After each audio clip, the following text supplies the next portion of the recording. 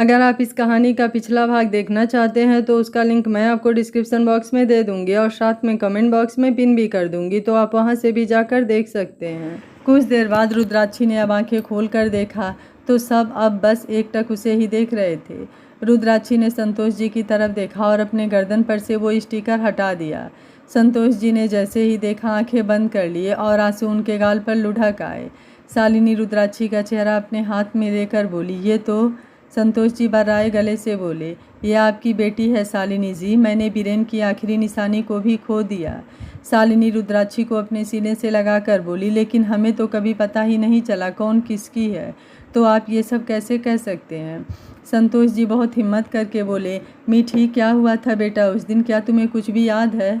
रुद्राक्षी शालिनी जी से अलग हुई और एक गहरी सांस लेकर बोली, मैं इंडिया आने के नाम से काफ़ी खुश थी, क्योंकि मैं डैड से कब से बोल रही थी कि मुझे इंडिया आना है। सब उसकी बात सुन रहे थे। आज शालिनी और संतोष जी को न जाने क्यों बीरेन को उसका डैड बोलना थोड़ा सा भी अच्छा नहीं लगा। आराध्य ने भी आंखें बंद कर लिया, क्योंकि जो कुछ भी वो आगे सुनने वाला था उसके लिए भी सब कुछ उतना ही दर्द देने वाला था जितने सबके लिए। अंकुर ने उसके हाथ पर अपना हाथ रख दिया। रुद्राक्षी बोली, मैंने जल्दी जल्दी पैकिंग किया क्योंकि मेरी फ़्लाइट शाम की थी और सुबह तक मुझे अलवर पहुंचाने वाली थी। मैं उस दिन लाइफ में सबसे ज़्यादा खुश थी, कितने सालों बाद मैं सबसे मिलने वाली थी। लेकिन ये वक्त जैसे कट ही नहीं रहा था। सुबह मेरी फ़्लाइट लैंड होने वाली थी, उसके पहले ही मैं उतरने के लिए तैयार हो चुकी थी। सारे पैसेंजर भी मुझसे उस दिन काफ़ी परेशान हो चुके थे, क्योंकि मैंने हल्ला मचा कर सबको ये बता दिया था कि मैं कौन हूँ। कुछ देर बाद मेरी फ़्लाइट लैंड हुई और मैं नीचे उतरकर जल्दी से बाहर आई और मॉम डैड को ढूंढने लगी। कुछ देर बाद वो दोनों मुझे कुछ दूर पर दिखे। डैड किसी से बात कर रहे थे, लेकिन मॉम मुझे देख चुकी थी। मैंने हाथ हिलाकर उनके पास आने का इशारा किया और जैसे ही उनके नज़दीक जाने वाली थी, एक तेज़ धमाका हुआ जिससे मैं कुछ दूर जाकर गिरी। कुछ देर बाद खुद को जिंदा पाया तो लगा कोई सपना देख रही हूँ, लेकिन आंखें खोला तो सब कुछ हकीकत था। तो उठकर फिर से उन्हें ढूंढने लगी। काफ़ी ढूंढने के बाद जब मैं उनके पास पहुंची तो मॉम मुझे छोड़कर जा चुकी थी। मैंने कितनी बार उन्हें उठाया, लेकिन वो नहीं उठी। फिर डैड के पास गई तो डैड ने मुझे अपने पास बुलाया और एक चाबी मेरे हाथ में रख दिया और कैसे कैसे उन्होंने मुझे इसे हिफाजत से रखने को बोला। तो मैंने उसे अपने बैग में रख लिया और फिर उन्हें उठाने की कोशिश करने लगी तो वो मुस्कुरा दिए। मैं रोए जा रही थी और किसी तक शायद मेरी आवाज़ ही नहीं पहुंच रही थी। कुछ देर बाद डैड भी मुझे छोड़कर चले गए। मुझे कुछ समझ ही नहीं आ रहा था। कुछ देर बाद एक और धमाका हुआ, जिसके बाद मुझे कुछ होश ही नहीं रहा और जब आँख खुली तो आप सबको सामने पाया। मुझे तो कुछ समझ ही नहीं आया, आप लोग हो कौन और मेरा नाम कैसे जानते हो। डैड ने कभी भी अपने रिश्तेदारों के बारे में भी मुझसे जिक्र नहीं किया था। तो फिर उसके बाद मैंने कुछ नहीं बोला, क्योंकि शायद उस समय मैं कुछ भी सोचने समझने की हालत में नहीं थी। जब ठीक हुई तो डैड की दी हुई चाबी याद आई। मेरा बैग कहाँ है सब कुछ पता करने के लिए मुझे अलवर जाना था।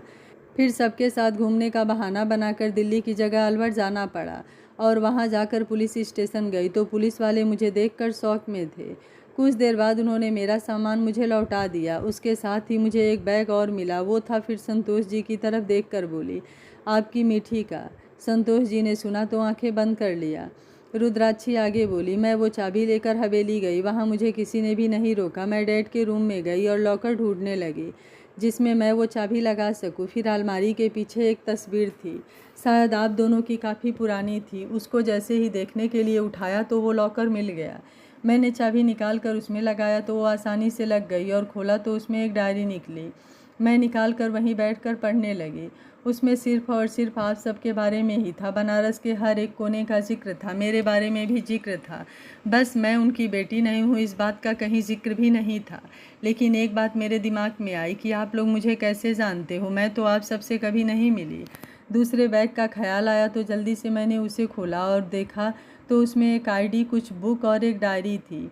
आईडी देखा तो दिमाग घूम गया। चेहरा मेरा और उसका सेम टू सेम था। नाम था रुद्राक्षी पाठक। फिर भी कुछ समझ नहीं आया। फिर डायरी पढ़ी तो उसमें हर एक बात का जिक्र था, शुरू से लेकर लास्ट तक। कॉलेज से लेकर यहाँ तक सब लोग कॉलेज में उसे जानवी कहकर बुलाते थे, क्योंकि उसने सबको मिशन के लिए यही नाम बताया था। उस दिन बनारस जाने के लिए वो भी बहुत खुश थी, लेकिन शायद किस्मत हम दोनों के साथ खेल खेल गई। फिर आराध्य को देखकर बोली, उसकी डायरी में तुम्हारा भी जिक्र था, लेकिन वो तुमसे प्यार नहीं करती थी। उसकी लाइफ के लिए सोच कुछ और था। फिर कुछ रुक कर बोली, अब मेरे सामने सब कुछ क्लियर था। सब कुछ पता करके मैं बनारस आने ही वाली थी कि अंकुर मिल गया और उसने मुझे पहचान लिया। कुछ देर मैं उसके साथ रुकी, फिर दूसरे दिन सबके साथ वापस आ गई। रुद्राक्षी के नाम पर जीने लगी, उसकी आईडी यूज करने लगी और साथ ही उसका रॉ एजेंट का पोस्ट भी, क्योंकि मुझे सब कुछ जानना था कि आखिर ये सब किसने किया। मेरी खुशियाँ एक झटके में किसने छीन लिया। किसने उसके अम्मा बाबूजी से मीठी को छीन लिया। इन 3 सालों में कुछ लोग मारे जा चुके थे तो कुछ लोग जेल में हैं। मैंने अपने मॉम, डैड और रुद्राक्षी और बाकी सबके हत्यारों से बदला ले लिया है। फिर संतोष और शालिनी जी को देखकर बोली, अब मैं आपके सामने हूँ, आपको एक्सेप्ट करना है तो कीजिए, नहीं तो फिर मैं वापस लंदन चली जाऊँगी, क्योंकि अब और मुझे यहाँ नहीं रहना। दम घुटता है, जैसे सब कुछ मेरी वजह से हुआ है। सब कुछ मैंने अपनी जिद की वजह से खो दिया। ना मैं जिद करती और ना ही ये सब कुछ होता। शालिनी उसके आंसू पोंछते हुए बोली, कुछ भी तुम्हारी वजह से नहीं हुआ है। और किसने कहा हम तुम्हें कहीं भी जाने देंगे? अरे तुम्हें देखकर तो जीते हैं। तुमसे ही तो सुबह होती है और तुमसे ही तो शाम ढलता है। भला तुम्हें बिना देखे कैसे जिएंगे हम? संतोष जी उसके सामने हाथ जोड़कर बोले, मुझे माफ़ कर दो बेटा, सब शायद मेरी ही गलती थी जो तुम्हें इतना तकलीफ़ झेलना पड़ा। रुद्राक्षी उनका हाथ पकड़कर, नहीं, एक को खोया तो दूसरे उनसे भी ज़्यादा प्यार करने वाले मिले मुझे। किसी से कोई शिकायत नहीं है, बस महादेव का शुक्रिया, उन्होंने इतने अच्छे पेरेंट्स दिए, वरना तो मैं शायद ज़िंदा ही नहीं होती। शालिनी बोली, मार खाना है? रुद्राक्षी कान पकड़कर सॉरी और उनके गले लग गई। आराध्य उठते हुए बोला, मुझे चलना चाहिए। संतोष जी उसका हाथ पकड़कर, ये सब बातें इस घर तक ही सीमित होनी चाहिए। आराध्य उनके हाथ पर अपनी पकड़ कसते हुए बोला, महादेव कसम अंकल, बाहर नहीं जाएगी, विश्वास कीजिएगा। एक राजपूत तो नहीं, लेकिन एक ब्राह्मण भी अपनी जबान से नहीं फिरेगा। बोलकर बाहर निकल गया और जल्दी से आकर गाड़ी में बैठ गया। बाहर अभय ड्राइविंग सीट पर बैठा उसका इंतज़ार कर रहा था। उसे देखते ही बोला, भाई तुम ठीक तो हो ना? आराध्य बोला, मैं ठीक हूँ, मुझे क्या होगा? मैं तो खुद को महान समझता था और आज मुझे अपनी औकात पता चल गई। रात काफ़ी हो चुकी थी। रुद्राक्षी अपने कमरे में चली गई और संतोष जी, शालिनी अपने कमरे में। रुद्राक्षी बेड पर लेटी ऊपर छत को देख रही थी। आज सच में सब कुछ क्लियर होने के बाद एक सुकून था। और सबसे बड़ी बात, वो संतोष और शालिनी पाठक की बेटी है। उसे इस बात का 1% भी यकीन नहीं हो रहा था। आज इतना कुछ होने के बाद फिर से उसे उसका नाम, जो सबने सोचा था, आखिर मिल ही गया। लेकिन फिर आंखों से आंसुओं की एक धार बह चली। कितना कुछ खो दिया सबने, एक पूरा खुशहाल परिवार खत्म हो चुका था। यही सब सोचते हुए उसे आराध्य की याद आ गई। उसकी भी तो कोई गलती नहीं थी, उसने भी तो प्यार ही किया।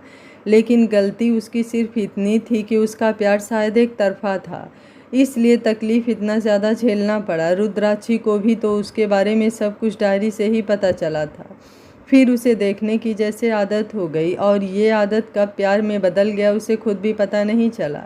लेकिन वो आराध्य को धोखा भी तो नहीं दे सकती, इसलिए आज तक कभी उसके प्यार को एक्सेप्ट ही नहीं किया। आराध्य घर आया और सीधे अपने रूम में चला गया। आज उसे अपना प्यार, अपना वजूद, सब कुछ खोखला नज़र आ रहा था। जिस प्यार की दुहाई देता था वो तो कभी उससे प्यार ही नहीं करती थी। उसका सर भारी होने लगा तो बाथरूम में जाकर शावर के नीचे खड़ा हो गया, लेकिन दिल और दिमाग शांत होने का नाम ही नहीं ले रहे थे। काफ़ी देर खड़ा होने के बाद बाहर आया और वैसे ही बेड पर गिर गया। आज आंखें बरसना तो चाहती थी, लेकिन क्यों, किसके लिए, कुछ समझ नहीं आया। तो फिर आंखें कसकर बंद करके बोला, क्यों महादेव, क्या गलती थी मेरी? यही ना कि मैंने प्यार किया, उसकी इतनी बड़ी सज़ा। अब किसके लिए ज़िंदा रहूं? सब कुछ तो जैसे लुट गया मेरा। आज आराध्य पुरुषोत्तम को अपनी औकात सच में समझ में आ गई। कुछ देर बड़बड़ाते बड़बड़ाते वह थक कर सो गया। दूसरे दिन सुबह देर से उठा, सर भारी हो रखा था, आंखें दर्द कर रही थी। फिर भी उठकर बाथरूम गया, नहाया, फ्रेश हुआ और कपड़े पहनकर ऑफिस के लिए निकल गया। कुछ दिन ऐसे ही चलता रहा। ना तो आराध्य इसके बाद फिर दोबारा रुद्राक्षी से मिला और ना ही रुद्राक्षी उससे, क्योंकि रुद्राक्षी संतोष जी और शालिनी को लेकर अलवर चली गई। आराध्य भी अब खुद को संभाल रहा था। संतोष जी ने रुद्राक्षी को बीरेन का बिजनेस संभालने को बोल दिया और कुछ दिन बाद शालिनी के साथ बनारस चले आए। उन्हें आज समझ आया कि रुद्राक्षी ने MBA क्यों किया था और हमेशा बिजनेस करने के लिए क्यों बोलती थी।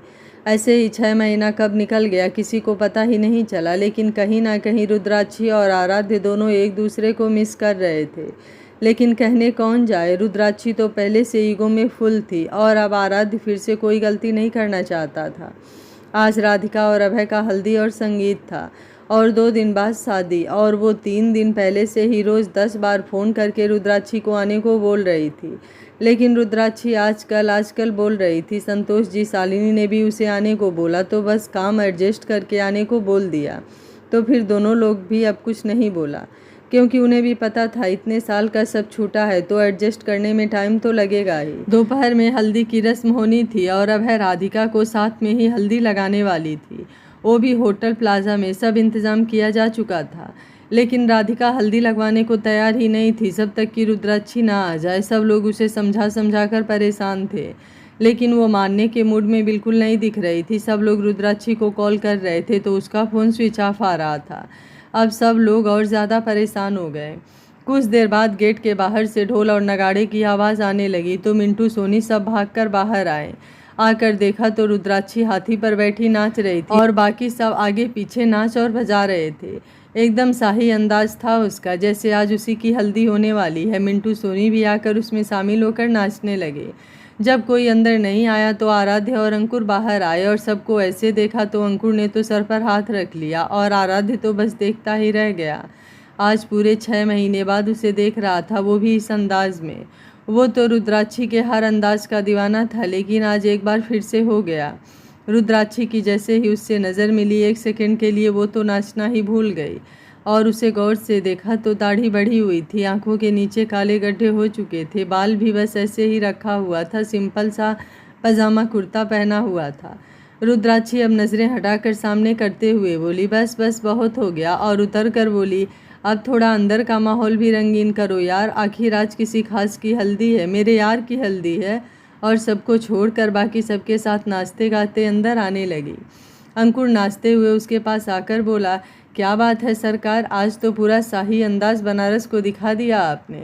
रुद्राक्षी बोली, अभी तो आपने देखा कहाँ है राजपूती शान, ये पंडित और ठाकुर दोनों की परवरिश और खून है। जब अपने पर आ जाए तो बनारस को भी कुछ समय के लिए झुका दे अपने शान में, और ये तो उसका एक छोटा सा नमूना था। कुछ देर में सब अंदर आए। रुद्राक्षी हल्दी लेकर राधिका के पास जाते हुए बोली, क्या बे राधू, मैं नहीं आती तो क्या तू शादी नहीं करती? सोचा भी है इसका कितना बड़ा पाप लगता मेरे ऊपर। अभय जीजा को तू क्या मुंह दिखाती यार, बोल। हल्का सा हल्दी उसके नाक पर लगा दिया। अंकुर बोला, ये कभी नहीं सुधरेगी। आराध्य तो बस एकटक उसे देखे जा रहा था, बाकी उसे किसी से कोई मतलब ही नहीं था। अभय उसे अपने पास बुलाकर बोला, भाई अब तो बोल दे, बस लास्ट बार समझ के, अब तक तो तू उसे कुछ और समझ कर बोलता था, अब तो रियलिटी देख कर बोल दे, क्या पता एक्सेप्ट कर ले। आराध्य मुस्कुराकर आगे बढ़ गया। राधिका रुद्राक्षी को देखकर बोली, बात मत कर मुझसे, तुझसे ये उम्मीद तो बिल्कुल भी नहीं थी। रुद्राक्षी बोली, अरे मेरी जान मान जाना। उसके बाद सब राधिका को बारी बारी से हल्दी लगाने लगे और रुद्राक्षी उसे मनाने की कोशिश करने लगी। राधिका के साइड में अभय को भी सब लोग हल्दी लगा रहे थे। आराध्य भी अभय को हल्का सा हल्दी लगाकर हट गया, फिर राधिका को भी लगाया और बिना किसी तरफ देखे होटल के अंदर अपने रूम में चेंज करने चला गया। जब काफ़ी देर बाद भी राधिका नहीं मानी तो रुद्राक्षी ने हल्दी के बाउल से हल्दी उठाया और उसके पूरे चेहरे पर हल्दी पोत कर बोली, मत मान, और जल्दी से भाग गई। राधिका उठते हुए बोली, रुक, तुझे तो मैं अभी बताती हूँ। रुद्राक्षी बोली, अरे मेरी जान, पहले पकड़ तो ले, और अंदर भाग गई। राधिका उसके पीछे अंदर दौड़ी और बाकी सब अपने में हल्दी की होली खेल रहे थे। सब उन सब को देखते हुए बोले, एक के ना होने से जैसे सब रौनक ही खत्म हो गई थी। नंदिनी भी रुद्राक्षी को आज इतने दिन के बाद देखकर खुश थी और आगे की बात करने को सोच रही थी। रुद्राक्षी सीधे अंदर आई और सामने वाले रूम में घुसकर दरवाज़ा बंद कर लिया। राधिका को बीच में ही अभय ने पकड़कर अपने रूम में खींच लिया। रुद्राक्षी अब बेड पर बैठते हुए बोली, बच गई महादेव, नहीं तो आज उस राधिका की बच्ची ने मुझे तो पकड़ ही लिया था, उसके बाद तो आप समझ ही सकते हो। फिर ऊपर देखते हुए बोली, क्या क्या करना पड़ता है इस मासूम सी जान को, देख रहे हैं आप ना। अब अभय जीजू ने इतना प्यार से बोला तो उन्हें मना भी तो नहीं कर सकती ना। अच्छा चलिए छोड़िए, आप भी बोलोगे, आते ही शिकायत शुरू कर दिया मैंने। अच्छा ठीक है, थोड़ा आराम कर लेती हूँ मैं, फिर बाहर जाऊंगी। और जैसे लेटने को हुई कि तब तक बाथरूम का दरवाज़ा खुला और सिर्फ टॉवल में ही आराध्य बाहर आ गया। रुद्राक्षी पलट कर बोली, ये क्या बेशर्मी है, कपड़े नहीं हैं क्या तुम्हारे पास? आराध्य ने सुना तो जल्दी से सामने देखा और बेड पर रुद्राक्षी को देखकर बोला, तुम मेरे रूम में क्या कर रही हो? रुद्राक्षी बोली, पहले कपड़े पहनो, और ऐसे कौन घूमता है? आराध्य बिना कुछ बोले कपड़े लेकर बाथरूम में चला गया। रुद्राक्षी अब फिर से बैठते हुए बोली, वैसे बॉडी तो अच्छी खासी थी, बस थोड़ा ध्यान देगा तो फिर अपना सर झटक कर बोली, भाड़ में जाए, उसके आने से पहले भाग यहाँ से मीठी, वरना फिर ऊपर देखते हुए बोली, महादेव आप मुझे ना बस फंसा रहे हो। बोलकर जैसे ही जाने लगी, आराध्य पीछे से बोला, वैसे मुझे कुछ कहने की ज़रूरत तो नहीं है, फिर भी आगे से सोच समझकर किसी के रूम में जाना तो बेहतर रहेगा। रुद्राक्षी पलटते हुए बोली, और अगर सोच समझ कर ना जाऊँ तो? आराध्य बोला, तुम्हारी मर्जी, भुगतना तो तुम्हें ही पड़ेगा, मुझे क्या, और अपना बाल सेट करने लगा। रुद्राक्षी वापस से बेड पर बैठते हुए बोली, आज तक तो किसी में इतनी हिम्मत हुई नहीं और आगे के भी आसार नहीं दिखते कि कोई रुद्राक्षी को भुगता सके। बोलकर उसे देखने लगी। आराध्य ने एक नज़र उसे देखा और फिर बाहर निकलने लगा। फिर दरवाजे पर पहुंचकर बोला, ये मेरा रूम है और आने से पहले खाली होना चाहिए। बोलकर बाहर चला गया। रुद्राक्षी मुस्कुरा कर बोली, ठीक है, खाली नहीं पूरा खाली होगा। आखिर रुद्राक्षी को जो ऑर्डर दिया गया है पालन तो करना ही पड़ेगा। और कुछ सोचकर एक स्लिप उठाया और उस पर बड़े बड़े अक्षरों में लिख दिया कबाड़ रूम, और बाहर निकलकर आराध्य के रूम के बाहर चिपका कर आराम से बाहर निकल गई। रुद्राक्षी अपनी खुरापाती करके आराम से बाहर आती है तो शालिनी जी बोली, मीठी कहाँ थी, कब से ढूंढ रही हूँ, आते ही शुरू हो गई सबको परेशान करना। रुद्राक्षी बोली, अम्मा मैंने तो अभी कुछ किया ही नहीं और अब मुझे ना बहुत तेज भूख लगी है, आप जल्दी से कुछ खिला दो। शालिनी जी बोली, इसलिए तो कब से ढूंढ रही थी, चलो। तो रुद्राक्षी उनके साथ खाने के काउंटर पर चली गई।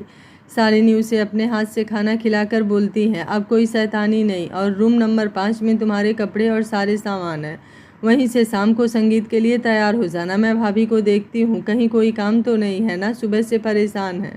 रुद्राक्षी ने खाने के बाद सर हाँ में हिला दिया तो शालिनी अब दूसरी तरफ चली गई। अंकुर आते हुए बोला, क्या बात है, बड़ी सेवा हो रही है आज तो।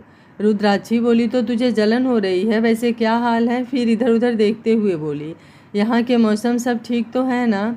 अंकुर बोला, सच में मौसम ही जानना है या कुछ और भी, वैसे साफ साफ भी बोल सकती हो, आखिर हम जिगरी हैं। बोलकर वहीं बैठ जाता है। रुद्राक्षी उसका गला पकड़ते हुए बोली, अबे साले, जिगरी तो महादेव के अलावा मैंने किसी को नहीं बनाया, और अब जल्दी जल्दी यहाँ का हाल बोल, समझा, नहीं तो ब्रेकअप करवा दूंगी।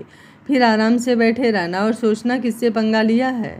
अंकुर अपना गला छुड़ाते हुए बोला, सब ठीक है यार, और तुझे कैसा दिख रहा है यहाँ का मौसम, बता दो। अभी वो कुछ बोलती तब तक राधिका आते हुए बोली, अरे भाई, अब कुछ लोग यहाँ पर नहीं थे तो मौसम तो बिगड़ेगा ही ना, आखिर असर जो होता है इनका मौसम पर। रुद्राक्षी कुछ देर तक उसे देखती रही, फिर उठते हुए बोली, अब मैं थक गई हूँ, बाद में मिलती हूँ सबसे, तुम लोग फालतू की बातें कर रहे हो। राधिका बोली, चल मैं भी चलती हूँ तेरे साथ। अंकुर राधिका का हाथ पकड़कर, जाने दो उसे, इतना लंबा सफ़र के बाद आई है और आते ही कूदना स्टार्ट कर दिया। कुछ देर आराम करेगी तो फिर बात करेंगे, अभी तो पूरी रात बाकी है, क्यों मीठी। रुद्राक्षी ने उसे स्माइल पास किया और फिर उसके गले लग कर बोली, आई मिस यू यार, तू कितना अच्छा है, मेरे बिना बोले ही सब कुछ समझ जाता है, महादेव तेरे जैसा दोस्त हर किसी को दे। अंकुर बोला, बस बस नौटंकी, जा अब आराम कर। तो रुद्राक्षी अपने रूम में चली जाती है। आराध्य दूर से रुद्राक्षी को अंकुर के गले लग देखता है तो एक दर्द सा उठता है, फिर खुद को संभाल कर आगे बढ़ जाता है। शाम को सब संगीत के लिए तैयार होने जाते हैं तो बाहर से हल्ले की आवाज़ आती है। रुद्राक्षी भी उठ जाती है और वैसे ही बाहर आती है तो कुछ दूर पर आराध्य अपने रूम के बाहर क्लीनर को गुस्सा कर रहा था, क्योंकि उसने बहुत सारा कबाड़ उसके रूम में डाल दिया था और बाकी सब लोग भी उसे सुनाए जा रहे थे। रुद्राक्षी शालिनी जी के पास आकर एकदम अनजान होकर बोलती है, क्या हुआ अम्मा, यहाँ इतना हल्ला क्यों मचा है, किसकी बारात निकल रही है।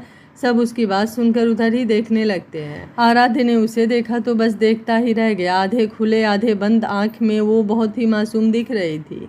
6 महीने में काफ़ी परिवर्तन आ चुका था, बात से लेकर हाव भाव सब चेंज लग रहे थे, अब गुस्सा भी कुछ कम ही दिख रहा था। शालिनी जी बोली, मीठी ये क्या बोल रही हो, और यहाँ किसी की बारात नहीं निकल रही है। आराध्य के रूम में सबने पूरे होटल का कबाड़ भर दिया है। रुद्राक्षी बोली, वो अच्छा, तो इसमें हल्ला वाली कौन सी बात है, कबाड़ बाहर निकाल दो या फिर दूसरा रूम ले लो, कितने ही तो खाली पड़े होंगे। एक छोटी सी बात के लिए मेरी नींद खराब कर दिया और वापस से अपने रूम में जाने लगी। आराध्य बोला, आंटी मुझे ना पूरा विश्वास है कि ये सब कुछ किसी ने जानबूझकर किया है मेरे साथ, और इसका पता तो मैं लगा कर ही रहूँगा। रुद्राक्षी बोली, अम्मा भूख लगी है, कुछ खाने को दो ना। शालिनी, चलो मैं लेकर आती हूँ। रुद्राक्षी बोली, राधिका सोनी तुम दोनों भी मेरे साथ चलो और मिंटू जा जाकर अम्मा की मदद कर दे, जब देखो तब बस फालतू का टाइम वेस्ट करता रहता है, बोलकर राधिका और सोनी के साथ अंदर चली गई। अभय बोला, आराध्य चल भाई मेरे रूम में, क्योंकि सुबह से पहले तो ये ठीक नहीं होने वाला है। आराध्य बोला, चलो। अभय चलते हुए बोलता है, तुम्हें क्या लगता है किसने किया है ये सब? क्योंकि मुझे तो लगता है ज़रूर ये सब कुछ रुद्राक्षी ने ही किया है, तुझे परेशान करने के लिए। आराध्य शांति से बोला, पता नहीं, मुझे फ़िलहाल में कुछ भी नहीं लग रहा है। अभय आराध्य को अपने रूम में लेकर जाता है और रुद्राक्षी अपने रूम में पहुंचकर बेड पर लेटते हुए बोलती है, तुम दोनों को क्या लगता है ये सब किसने किया होगा? क्योंकि मुझे तो लगता है किसी से गलती से हो गया होगा। सोनी बोली, मीठी सही बोल रही है, क्योंकि मुझे भी यही लगता है। अंकुर अंदर आते हुए बोलता है, लेकिन मुझे तो कुछ और ही लगता है, और बेड पर सैंडविच रख कर बोलता है, चाची ने दिया है तेरे लिए, उन्हें कुछ काम था इसलिए मुझे भेज दिया। रुद्राक्षी सैंडविच उठाकर खाते हुए बोली, कोल्ड ड्रिंक कहाँ है? मिंटू ले आया देवियों, और एक कैन उसे और बाकी सबको भी एक एक पकड़ा कर अपने भी वहीं बैठ जाता है। अंकुर सबको देखते हुए बोलता है, मीठी तू इतनी भुक्खड़ कैसे हो गई यार? रुद्राक्षी बोली, तू ना एक काम कर, ये बात अम्मा को बोल देना, वो इसका जवाब तुझे बहुत अच्छे से दे देंगी, समझा? सोनी बोली, तब तो पक्का वाला बैंड बज जाएगा अंकुर भाई का। सोनी की बात पर सब हंसने लगे, अंकुर का मुंह बन गया। अंकुर कुछ सोचते हुए बोला, वैसे मैं सोच रहा था आखिर आराध्य के साथ ऐसा मजाक किया किसने, और सबसे बड़ी प्रॉब्लम तो ये है कि कैमरा भी उस साइड नहीं था, नहीं तो आज चोर रंगे हाथों पकड़ा जाता। रुद्राक्षी अचानक खांसने लगी तो राधिका उसकी पीठ पर हाथ से रब करते हुए बोली, मीठी आराम से खा, भागना नहीं जो तू इतना जल्दी खा रही है। रुद्राक्षी बोली, मैं ठीक हूँ, और आज संगीत में क्या प्रोग्राम बनाया है तुम सब ने? अंकुर बोला, हम बॉयज एक साथ डांस करने वाले हैं। रुद्राक्षी बोली, क्या? और ये कौन सा डांस है, ज़रा बताओ तो, जो तुम बॉयज़ करने वाले हो? अंकुर बोला, यार मैं मिंटू, अभय, आराध्य और राजीव सब साथ में कर लेंगे, उसके बाद तुम सब एक ग्रुप डांस कर लेना, हो जाएगा। रुद्राक्षी उसे घूरते हुए बोली, सोचना भी मत, कपल डांस होगा, अपना अपना गाना सेलेक्ट कर लो। राधिका बोली, और तेरा? रुद्राक्षी बोली, मैं अकेले कर लूँगी, बाकी सब कपल डांस, ठीक है? राधिका बोली, क्यों, तू भी आराध्य के साथ कपल डांस कर ले। रुद्राक्षी बोली, नहीं मुझे नहीं आता, आज तक मैंने कभी किया नहीं, और उसके साथ तो सोचना भी मत। सोनी बोली, ठीक है मैं कर लूँगी आराध्य के साथ। रुद्राक्षी बोली, हाँ तू ही कर ले, तेरी जोड़ी अच्छी लगती है उसके साथ। अभय आराध्य के साथ अंदर आते हुए बोला, किसकी जोड़ी किसके साथ बन रही है, ज़रा कोई हमें भी तो बताओ, और बगल में सोफे पर अंकुर के पास बैठ गया। सोनी आराध्य के पास आकर बोलती है, आप मेरे साथ डांस करेंगे? आराध्य बोला, मैं डांस नहीं करता, आई एम सॉरी। रुद्राक्षी बोली, सोनी तू राजीव के साथ डांस कर लेना। फिर धीरे से बोली, किसी को ज़्यादा भाव देने की ज़रूरत नहीं है। लेकिन सब उसकी बात सुन लेते हैं। आराध्य उसे देखता है, फिर सोनी से बोला, मैं कर लूँगा, तुम्हें किसी और से पूछने की ज़रूरत नहीं है। सोनी उसका हाथ पकड़कर, सच में? आराध्य अपना हाथ छुड़ाते हुए, बिल्कुल सच में, तुम शाम को तैयार रहना, आज हमारी ही परफॉर्मेंस बेस्ट होगा। रुद्राक्षी उसकी तरफ एक बार भी नहीं देखती है, क्योंकि उसे पता था आराध्य सारी बातें उसे देखकर ही बोल रहा था। राधिका बोली, ठीक, तो अब हम सब तैयार होने जा रहे हैं, मीठी तू भी जल्दी से तैयार होकर आ जाना, और बारी बारी सब चले जाते हैं। अब बस आराध्य और रुद्राक्षी ही बैठे थे। आराध्य इंतजार कर रहा था रुद्राक्षी कुछ बोले, लेकिन रुद्राक्षी फिलहाल के लिए कुछ भी बोलने के मूड में नहीं लग रही थी। काफ़ी देर बाद भी जब रुद्राक्षी कुछ नहीं बोली तो आराध्य हिम्मत करके बोला, कैसी हो? रुद्राक्षी ने सुना तो आंखें बंद कर लिया, और 1 मिनट बाद उसकी तरफ देखकर बोली, आई एम गुड। आराध्य अब उठते हुए बोला, ओके, और बाहर जाने लगा। लेकिन जैसे ही दरवाजे पर पहुंचा, पीछे से आवाज़ आई, वैसे काफ़ी स्मार्ट लग रहे हो, कुछ खास बात? आराध्य पीछे घूमकर उसकी तरफ देखा, फिर हंसते हुए बोला, कुछ खास नहीं, बस मौसम का असर है, किसी ने पहले बताया नहीं, या शायद अपना कोई था ही नहीं। चलता हूँ, क्योंकि बोलते बोलते उसकी आंखें भर आई थी और जल्दी से बाहर निकल गया। रुद्राक्षी खुद से बोली, ये क्या है महादेव, इसने क्या हाल बना लिया है अपना? ऐसा तो नहीं था, क्या प्यार इतना अंधा होता है कि लोग खुद को भूल जाते हैं? तो मेरा प्यार क्या है? अंकुर दरवाजे पर खड़ा होकर बोला, खुद से पूछो, जवाब मिल जाएगा। रुद्राक्षी बोली, तुम यहाँ क्या कर रहे हो? अंकुर बोला, देखने आया था, तैयार हुई या नहीं अभी तक? रुद्राक्षी बोली, जा रही हूँ, तुम भी जाओ। अंकुर ने रुद्राक्षी को देखा, फिर बोला, सब ठीक तो है ना, इतना परेशान क्यों हो? रुद्राक्षी बोली सब ठीक है, जाओ जल्दी से तैयार हो जाओ, बाद में बात करेंगे। अंकुर बोला संगीत के बाद टेरेस पर। रुद्राक्षी बोली ठीक है। कुछ देर में सब लोग संगीत हॉल में इकट्ठा हो गए। सबसे आगे राधिका और अभय बैठे थे, एक तरफ लड़की वाले और दूसरी तरफ लड़के वाले थे। शालिनी जी रुद्राक्षी को ढूंढ रही थी लेकिन वो कहीं दिख ही नहीं रही थी। शालिनी जी अंकुर को बुलाकर पूछी तो वो बोला बस आ रही है। कुछ देर में स्टेज और बाकी लाइट चली गई। कुछ देर बाद सारी लाइट आ गई, बस स्टेज की लाइट बंद थी कि डीजे से गाना बजा और लाइट भी। बीच में राजीव, अंकुर, मिंटू, अभय चारों थे और गाना बजा। दिल चोरी साडा हो गया, ओए की करिए। अभय की नज़र आराध्य पर गई तो वो उसे भी खींच लाया और फिर सबने मिलकर धमाल ही मचा दिया। आराध्य ने एक नज़र रुद्राक्षी को देखा, फिर आगे का स्टेप लिया। नजरा दे बार ना करनी, सानू बेकरार ना करनी, दिल हो गया नी बेकाबू, हाय चल गया तेरा जादू है। अभय अपने दिल पर हाथ रखकर आगे के रिलिक्स के साथ डांस करने लगा। गाना खत्म हुआ तो सब नीचे आ गए। एक बार फिर स्टेज पर म्यूजिक चेंज हुआ और उसके साथ ही हुटिंग, क्योंकि इस बार सारी लड़कियां थी, वो भी फुल एटीट्यूड के साथ। गाना बजा, जो आँख लड़ जावे, सारी रात नींद न आवे, मैनू बड़ा तड़पावे, दिल चैन कहीं ना पावे। रुद्राक्षी ने शुरू किया तो शालिनी और बाकी सब बस आंख फाड़ कर उसे ही देखे जा रहे थे, क्योंकि आज सबने पहली बार उसे वन पीस का शॉर्ट्स पहने देखा था जो घुटनों तक था और हर मूव एकदम परफेक्ट था। आगे गाने के साथ डांस शुरू हुआ। जो आंख लड़ जावे, सारी रात नींद न आवे, मैनू बड़ा तड़पावे, दिल चैन कहीं ना पावे। आराध्य जल्दी से अंकुर के हाथों पर हाथ रखकर बोला आंखें बंद करो, और अभय राजीव को इशारा करके ऊपर चढ़ गया और तीनों के साथ स्टेप मिला दिया। रुद्राक्षी तो बस आराध्य को देखे जा रही थी। आराध्य उसका हाथ पकड़कर घुमा दिया तो वो आगे का स्टेप उसके साथ फॉलो करने लगी। रुद्राक्षी एक बार फिर से आराध्य की आंखों में देखते हुए गाती है, मैं बावली हूँ तेरी, तू जान है ना मेरी, बस प्यार ही है मांगा, किस बात की है देरी। आराध्य ने उसके आगे चुटकी बजाया तो उसे होश आया। फिर सबने मस्ती के साथ डांस किया। कुछ देर में बाकी सबने भी डांस किया, लेकिन अपने डांस के बाद रुद्राक्षी गायब हो गई। संगीत खत्म होने में रात को 11 बज गए। शालिनी कब से उठे ढूंढ रही थी लेकिन वो कहीं मिली ही नहीं, तो सामने जाते आराध्य को बुलाकर बोली, बेटा तुमने मीठी को देखा है? आराध्य बोला, नहीं आंटी, क्या हुआ? शालिनी बोली, मैं कब से उसे ढूंढ रही हूँ लेकिन वो मिल ही नहीं रही है।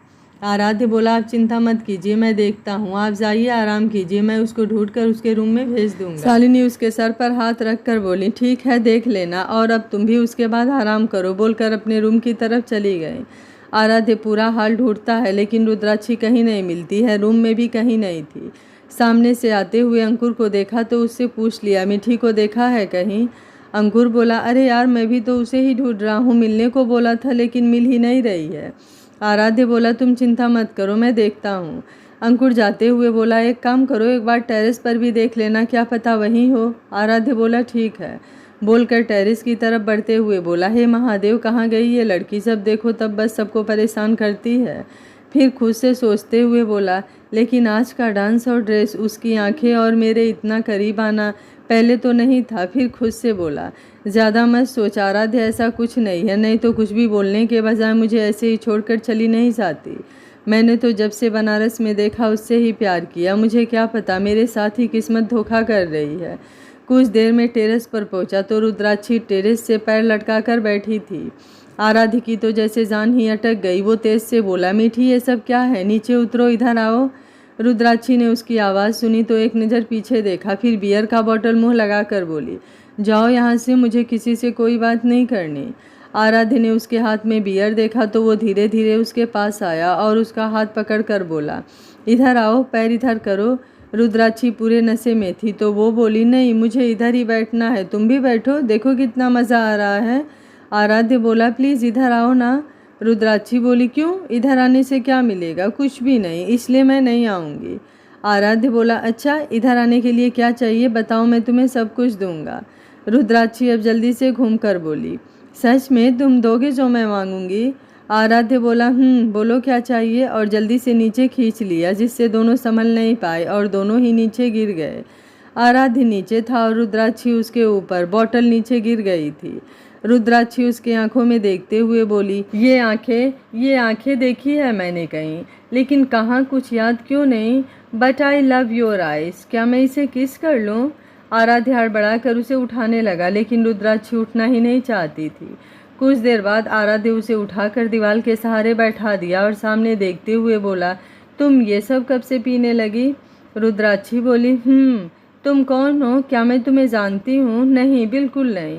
फिर उसकी तरफ देखते हुए बोली, फिर भी मैं तुम्हें बता देती हूँ, ठीक है, क्योंकि आज से हम दोस्त। और उसका हाथ पकड़कर बोली, तुम्हें पता है, आई लव हिम। आराध्य को तो बस झटके पर झटके लग रहे थे। वो उसे देखकर अटकते हुए बोला, काका कौन है वो? रुद्राक्षी आंखें बंद करते हुए बोली, वही खड़ूस, और कौन यार, वो समझता ही नहीं है।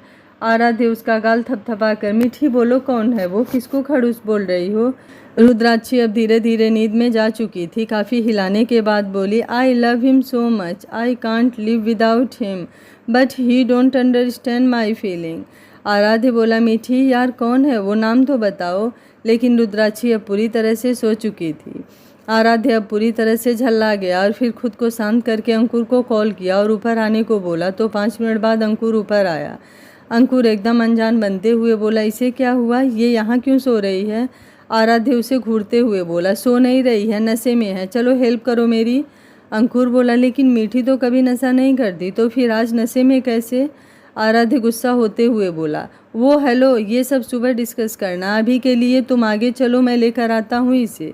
अंकुर बोला, ठीक है। कुछ देर में आराध्य रुद्राक्षी को नीचे लाया और उसके रूम में सुलाकर अंकुर के साथ बाहर आ गया और सोनी को बुलाकर उसके रूम में भेज दिया और अब अपने रूम में जाने के लिए आगे बढ़ा कि अंकुर पीछे से बोला, मीठी ने कुछ बोला तुमसे? आराध्य को याद आया तो आंखें बंद कर लिया, फिर खोल कर आगे बढ़ते हुए बोला, नहीं कुछ नहीं, सो जाओ, रात काफ़ी हो चुकी है। अंकुर बोला, कुछ छुपा रहे हो ऐसा जो? आराध्य घूमते हुए गुस्से से बोला, आराध्य पुरुषोत्तम सिर्फ एक के सामने कमज़ोर होता है, बाकी के सामने नहीं, इसलिए फालतू बातें छोड़ो और सो जाओ। अंकुर बोला, तो कौन है वो जिसके सामने? आराध्य उसका कॉलर पकड़कर धक्का देते हुए बोला, ज़रूरी नहीं समझता तुम्हें बताना। अंकुर उसकी आंखों में देखकर बोला, क्यों तकलीफ़ दे रहे हो खुद को, बोल क्यों नहीं देते उसे कि सिर्फ उसे ही चाहते हो? आराध्य उसे धक्का देकर छोड़ देता है और जाने लगता है। अंकुर बोला, यही प्यार था तुम्हारा, यही चाहत थी, यही दम रखते थे उसे पाने का, और अगर यही बात तुम्हारी उससे शादी हो जाने के बाद पता चलती तो क्या ऐसे ही छोड़ देते उसे बीच रास्ते पर? आराध्य उसे एक घुसा मारकर गुस्से में बोला, दोबारा छोड़ने की बात भी मत करना वरना जान ले लूँगा, समझे? और जल्दी से अपने रूम की तरफ चला गया। अंकुर मुंह पर हाथ रख कर बोला, हाथ है या हथौड़ा साला कहीं का, अगर इसकी कोई बहन होती ना तो उसी से शादी करता, तब पता चलता इसे, जब मेरे बच्चे इसे मामू मामू बोलते। सुबह 9 बज चुके थे लेकिन रुद्राक्षी अभी भी आराम से सो रही थी। आज राधिका को शाम को मेहंदी लगने वाली थी, इसलिए सब लोग आराम से सो रहे थे। शालिनी जी ने सोनी को देखा तो उसके पास आते हुए बोली, बेटा मीठी कहाँ है? सोनी बोली, काकी वो। शालिनी जी बोली, क्या वो अभी तक सो रही है? सोनी बोली, जी काकी, मैं अभी जाकर जगा देती हूँ। शालिनी जी बोली, कोई ज़रूरत नहीं है, मैं देखती हूँ, तुम बाहर जाकर दूसरा काम देख लो। सोनी जी बोलकर बाहर चली गई और शालिनी जी रुद्राक्षी के रूम में। रुद्राक्षी रूम में आराम से सो रही थी। शालिनी बोली, ये लड़की ना कब सुधरेगी, इसलिए बोल रही थी पाठक जी से कि शादी कर दीजिए, लेकिन नहीं, उन्हें तो जैसे जब मीठी कहेगी तभी सब कुछ करना है, बोलकर उसके पास आकर बोली, मीठी अभी कितना देर सोना है, ज़रा बताओ तो। रुद्राक्षी ने आँख खोलकर उनको देखा, फिर आंखें बंद करके बोली, अम्मा बस 5 मिनट। शालिनी जी बोली, उठना है या फिर बुलाऊं तुम्हारे बाबूजी को, वही देखें तुम्हारी मनमानी। रुद्राक्षी अब उठकर बैठ गई और अपना सर पकड़कर बोली, ये सर इतना दर्द क्यों कर रहा है? अंकुर आते हुए बोला, ये लो नींबू पानी और उसके बाद एकदम फ्रेश फील करोगी। रुद्राक्षी उठते हुए बोली, सुबह सुबह मैं नींबू पानी नहीं पीती, जाने दो, ऐसे ही ठीक हो जाएगा। अंकुर बोला, नहीं होगा, इसलिए बोल रहा हूँ, पी लो। शालिनी जी बोली, अंकुर जाओ मेरे रूम से दवा लाओ, किसी की नज़र लग गई होगी, शाम को पुजारी जी को बुलाकर नज़र का धागा बंधवाती हूँ, जब से आई है कितने लोगों की नज़र पड़ी होगी। अंकुर रुद्राक्षी के पास आकर उसके मुंह में गिलास का पानी लगा दिया और बोला, चाची अभी 10 मिनट में ठीक कर दूंगा, आप बस देखते जाइए। रुद्राक्षी आधा पानी पीकर बोली, बस अब नहाने जा रही हूँ, अम्मा मेरे कपड़े निकाल दीजिए, बोलकर बाथरूम में चली गई और अंकुर बाहर। शालिनी जी बोली, क्या करूं मैं इस लड़की का, बोल उसके कपड़े निकाल कर वो भी बाहर चली गई। कुछ देर में रुद्राक्षी तैयार होकर बाहर आई। आज उसने ब्लैक जींस पर ब्लैक ढीला सा टी शर्ट पहना था। अपना फ़ोन चलाते हुए बाहर आ रही थी कि किसी ने बालकनी में से उसे अचानक अंदर खींच लिया। रुद्राक्षी बोली, कौन है बे साले? बोलते बोलते रुक गई। सामने उसे दीवार से लगाकर आराध्य खड़ा उसे ही घूर रहा था। रुद्राक्षी उसे देखकर स्माइल करते हुए बोली, वो तो जनाब की पुरानी आदत, बोलिए क्या सेवा कर सकती हूँ मैं आपकी? आराध्य उसके ऐसे स्माइल देने पर न जाने क्यों चिढ़ गया और उसे झटके से छोड़कर दूर होते हुए बोला, कल इतना पीने की क्या ज़रूरत थी? अगर टेरेस से नीचे गिर जाती तो सोचा है सब लोगों पर क्या बीतती? रुद्राक्षी फ़ोन जेब में रख कर बोली, यार एक ही तो ज़िंदगी है और उसमें भी पहले से ही इतने सारे लोचे हैं, तो जब जाना है तो जाना ही होगा, कौन रोक सकता है? जब महादेव की मर्जी ले चलेंगे अपने। उसके आगे के शब्द उसके गले में ही रह गए। आराध्य उसके मुंह पर हाथ रख कर बोला, बहुत ज़्यादा नहीं बोलने लगी हो? रुद्राक्षी उसका हाथ हटाकर उसकी आंखों में देखते हुए बोली, तुम्हें मेरी इतनी चिंता क्यों हो रही है? हो कौन? आराध्य उससे दूर होकर शांति से बोला, कोई नहीं, इंसानियत के नाते बोल रहा था, बहुत लोगों की लाइफ जुड़ी है तुमसे, इसलिए तुम्हें खुद पर ध्यान देना चाहिए। रुद्राक्षी बोली, और अगर यही बात तुमसे बोलूँ तो? आराध्य बोला, मुझे क्या हुआ, आई एम गुड। रुद्राक्षी उसका हाथ पकड़कर सामने करते हुए बोली, यही बात मुझे देखकर बोलो। आराध्य बोला, जिस पर हक रखता हूँ उसे देखता हूँ, हर किसी को नहीं। और उसका हाथ अपने हाथ से हटाकर बाहर जाने लगा। रुद्राक्षी बोली, आज से और अभी से ये बात अपने पर भी लागू करना। आराध्य ने उसकी तरफ देखा तो रुद्राक्षी उसके करीब आकर उसका सर ठीक करते हुए बोली, मेरे हिसाब से समझदार हो, समझ गए होगे, और कंधे पर हाथ रखकर बाहर जाने लगी। आराध्य उसका हाथ पकड़कर फिर जल्दी से छोड़ दिया तो रुद्राक्षी बाहर चली गई। आराध्य अब गुस्से से हाथ दीवार पर मार दिया। अभय आते हुए बोला, ये क्या कर रहे हो, पागल हो गए हो क्या? कहाँ का गुस्सा कहाँ निकाल रहे हो? आराध्य बोला, अभय तुम बाहर जाओ प्लीज़। अभय बोला, क्यों, कुछ हुआ है? और पहले अपने हाथ की ड्रेसिंग करवाओ, देख रहे हो खून निकल रहा है। आराध्य बैठते हुए बोला, बाद में करवा लूँगा, तुम बाहर जाओ। अभय बोला, ठीक है, मैं किसी और को भेजता हूँ। आराध्य अपने रूम में जाते हुए बोला, किसी को मत भेजना, मैं ठीक हूँ, और अगर फिर भी तुमने मनमानी किया तो समझ लेना, बोलकर अपने रूम में चला गया। अभय खुद से बोला, जल्दी कुछ करना पड़ेगा वरना दिक्कत बढ़ जाएगी, और बाहर चला गया। रुद्राक्षी सबके साथ मस्ती करने में बिजी थी, लेकिन बार बार निगाहें किसी को ढूंढ रही थी। काफ़ी देर हो चुका था लेकिन वो कहीं दिखा ही नहीं, सब मिलकर अंताक्षरी खेल रहे थे। रुद्राक्षी की बारी आई तो सामने देखते हुए बोली, आंखें पढ़ो और जानो हमारी रज़ा क्या है, हर बात लफ्ज़ों से हो तो फिर मोहब्बत में मज़ा क्या है। सब एक साथ उसे देखने लगे तो रुद्राक्षी हंसते हुए बोली, अरे यार ऐसे ही याद आ गया, कोई गाना नहीं आ रहा था तो बस चलो आगे शुरू करो। राधिका उसके पास आकर धीरे से बोली, जिसके लिए बोला जा रहा है वो चोट लगाकर गुस्से में अपने रूम में बैठा हुआ है। रुद्राक्षी ने उसे देखा तो राधिका ने हाँ में गर्दन हिला दिया। रुद्राक्षी बोली, मैं किसी के लिए नहीं बोल रही थी, जिसको जो करना है करे, मुझे किसी से कोई मतलब नहीं, और उठकर जाने लगी। राधिका उसका हाथ पकड़कर, तो फिर किधर जा रही हो? रुद्राक्षी बोली, एक मीटिंग का मेल देखना था, अभी आ रही हूँ, बोलकर अंदर चली गई। अभय ने राधिका की तरफ देखा तो उसने नामे गर्दन हिला दिया। अभय बोला, हे महादेव, क्या करूं मैं इन दोनों का? रुद्राक्षी अंदर अपने रूम में आई और लैपटॉप लेकर बैठ गई, मगर दिमाग तो जैसे काम ही नहीं कर रहा था। अब गुस्से से लैपटॉप वहीं बंद करके सीधा बिना नॉक किए आराध्य के रूम में आ गई और दरवाज़ा बंद करके घूमी तो आराध्य गुस्से से उसे ही घूर रहा था। रुद्राक्षी ने उसके हाथ को देखा तो ब्लड निकल कर जम चुका था, चारों उंगलियां बुरी तरह से छिल गई थी, जैसे बार बार उन्हें चोट दिया गया हो। आराध्य थोड़ा तेज आवाज़ में बोला, ये क्या बदतमीजी है, तुम मेरे रूम में क्या कर रही हो, निकलो यहाँ से। रुद्राक्षी उसके करीब आकर बोली, हम कुछ दिन दूर क्या हुए, तुम तो यहाँ के शेर समझने लगे, और ये सब जो कर रहे हो ना उससे भी कुछ हासिल नहीं होने वाला, तो बंद करो ये फालतू की हरकतें। आराध्य बोला, ठीक है निकलो यहाँ से, मुझे कोई बकवास नहीं सुननी है। रुद्राक्षी बैठते हुए बोली, नहीं निकलूंगी, जो करना है कर लो। आराध्य उसका हाथ पकड़कर उठाने को हुआ तो रुद्राक्षी उसका हाथ खींच दिया, जिससे वो बेड पर गिर गया, और वो जल्दी से उठकर बोली, अब उठने की सोचना भी मत। आराध्य जैसे ही उठने को हुआ रुद्राक्षी बोली, कुछ गलत हो जाएगा इसलिए शांति से बैंडेज करवा लो। आराध्य उसकी बातों को पूरी तरह से इग्नोर करके उठ गया और उसका हाथ पकड़कर बोला, बाहर निकलो, और आज से अभी से मेरे रूम और मेरे रिलेटेड किसी भी चीज़ की तरफ आँख उठाकर भी मत देखना। रुद्राक्षी अपना हाथ छुड़ा रही थी लेकिन सब बेकार था। आराध्य उसे बाहर करके बोला, अपने तक मनमानी करो। रुद्राक्षी उसे घूरे जा रही थी। आराध्य उसे दरवाजे के बाहर छोड़कर दरवाज़ा बंद कर लिया। रुद्राक्षी दरवाजे पर 2-3 घूंसा मारी लेकिन कोई फ़ायदा नहीं हुआ। आराध्य ने दरवाज़ा नहीं खोला तो बाहर रखा गमला उठाकर उसके दरवाजे के बाहर पटक दिया। आराध्य ने फिर भी दरवाज़ा नहीं खोला तो गुस्से में टेरेस पर चली गई जहाँ कोई नहीं था, तो फिर वहीं बैठ गई और सोचने लगी वो भी तो उसके साथ हमेशा यही करती थी, जो आज उसके करने से इतना बुरा क्यों लग रहा है। शाम को राधिका की मेहंदी थी, सभी थे बस रुद्राक्षी को छोड़कर। आराध्य अभय के साथ बैठा था लेकिन निगाहें इधर उधर अचानक चली जा रही थी। अभय बोला, जिसे ढूंढ रहे हो यहाँ नहीं है। आराध्य थोड़ा रूढ़ होकर बोला, मैं किसी को नहीं ढूंढ रहा।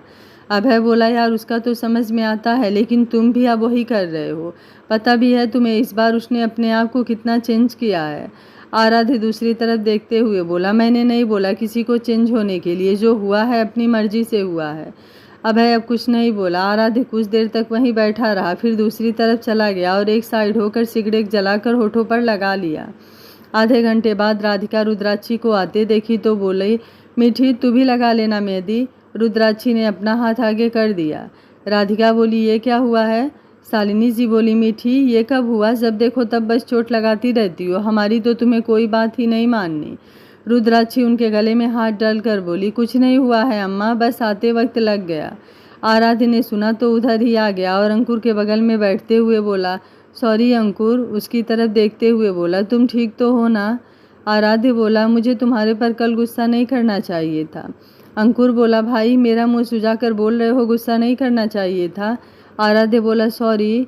अंकुर बोला, चलो ठीक है, वैसे तुम्हारे हाथ पर ये चोट कैसे लगी, उधर मीठी के हाथ में भी चोट लगी है, कहीं तुम दोनों ने फिर से लड़ाई तो नहीं किया ना।